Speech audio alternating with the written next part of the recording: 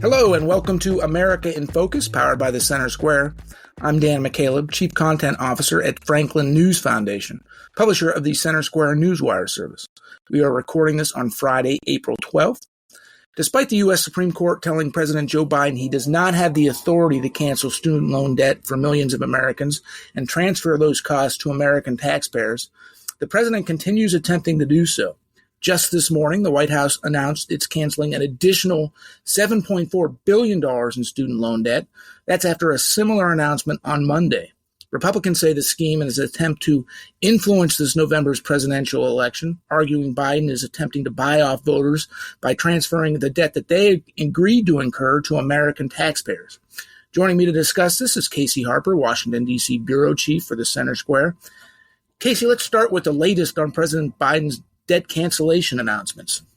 Sure. So $7.4 billion. I think this came as a special surprise and got more news attention because Biden announced earlier this week a sweeping, much larger student loan forgiveness action that would affect maybe as many as 30 million Americans. The one announced on Friday is a much smaller number.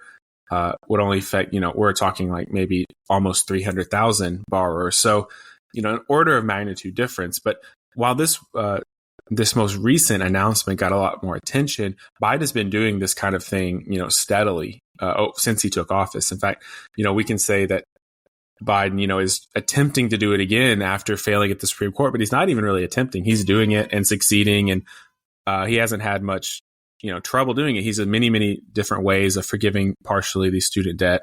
And the only real big loss for him was the major one that went to the Supreme Court and was struck down. And so this is just more of the same. It might seem like a surprise to some people, but he's been doing this trickling forgiveness plan, finding different small little avenues through federal regulations and things to forgive parts of loans for certain groups through the myriad of federal programs. So this is just more of the same for Biden. Casey, well, let's talk a little bit about the Supreme Court's ruling from last year. How can the president continue to forgive additional student loan debt when the Supreme Court, the U.S. Supreme Court, the highest court in the land, told him months ago that he couldn't do it? Yeah, it is an interesting question. It was a pretty resounding defeat for the president at the Supreme Court, and it raises that very question that you just raised. And I think there's kind of two answers. The first is Biden is trying a different tact this time. The last time around, he tried to use the HEROES Act and a very small provision, really like a clause or a sentence in this kind of unrelated congressional bill. And he tried to take this sentence and expand the authority given by Congress under that, one provision of a bill. And that was more narrowly tailored, and he tried to expand it to, tens of millions of Americans. Basically, Congress allowed sort of some student loan forgiveness for certain people, often kind of tied to veterans. And he tried to use that to apply to the whole country. And the Supreme Court said, you can't do that. It's not in the spirit of the law that was passed by Congress. And so this time he's sort of taking a different tack. He tried to go through this law, and now he's taking a more regulatory approach. He's going through the federal agencies, and he's got a proposed rule. It's going to go through comment. It's going to be a long, extended process before it even comes. It's going to be almost certainly on the other side of the election, which is interesting because Biden gets credit for saying he's forgiving student loans, but this rule is not going to be enacted until, probably at least a couple years, if it gets enacted at all. And then that raises the question, if Republicans are able to win big in November, they can undo this rule. And so, you could say, well, Biden is just he's trying to go the regulatory route to get this done. Or you could be a little more cynical and say, well, Biden knows that the Supreme Court might strike this down again. But what does that, matter to him? If best case scenario, the rule goes into effect and he gets credit for it. Worst case scenario, he gets credit for it going into this election. And then later, somewhere through the middle of his second term, it gets struck down, but he's already president again. Casey, a coalition of states, you wrote about this, has filed a legal challenge to this latest effort, Monday's sweeping student loan forgiveness announcement. Tell us what is their challenge about? That's right. So people may not know this, but the last time the Supreme Court ruled against Biden, it was because of state challenge. And that's happening again this time. So Missouri is kind of leading the charge, but they have a coalition of states. And they're going right down the middle, similar claim to what they said last time, which is the president doesn't have this authority. He can't he can't do it.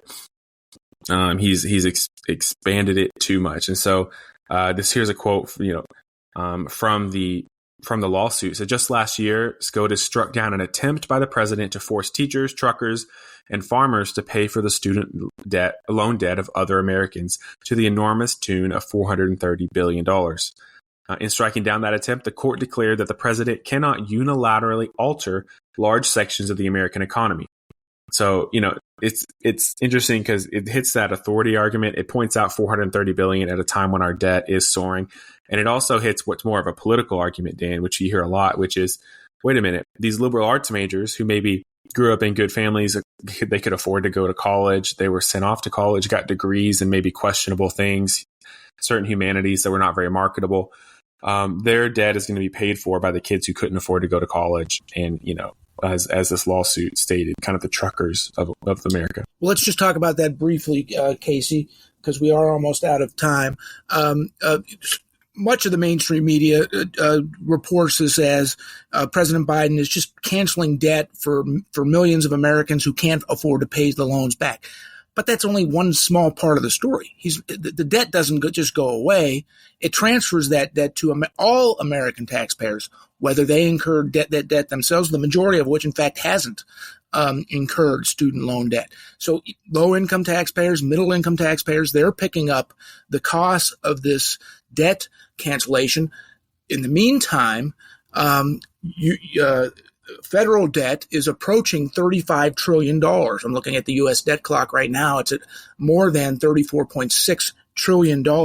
You also reported this week, Casey, that the federal government, just to be able to spend bills, is borrowing $6 billion every single day. What does that mean for taxpayers? Well, yeah, it means that we're on an unsustainable debt trajectory. And as you said, $6 billion a day. In the short term, it's like, okay, I haven't noticed my life all that different from that $6 billion a day. The pushback to that would be, well, inflation's on the rise again. Prices are up 20% since Biden took office, and debt spending does affect inflation negatively. So that's one part of it. But what it really means is someday in the future, maybe 10 years, it might be 20 or 30, someday in the future, us or our kids or grandkids are going to have a sort of come to Jesus moment with the debt, and they're going to have to start picking and choosing which programs they can no longer have anymore. There are certain federal programs that are really important to Americans that are just, going 80 miles an hour at a brick wall. So entitlement programs are going to be in trouble. And so we're going to come to a point where we're going to have to pick and choose, or we're just going to get inflation so high by printing money to pay for everything that all of Americans are going to suffer. And so we're in this weird prisoner's dilemma where Republicans and Democrats, neither wants to be the one who says, hey, we need to cut spending back big time. But if neither of them do it, then we're on a collision course that's not going to be good. Casey, thank you for joining us today. Listeners can keep up with this story and more at thecentersquare.com.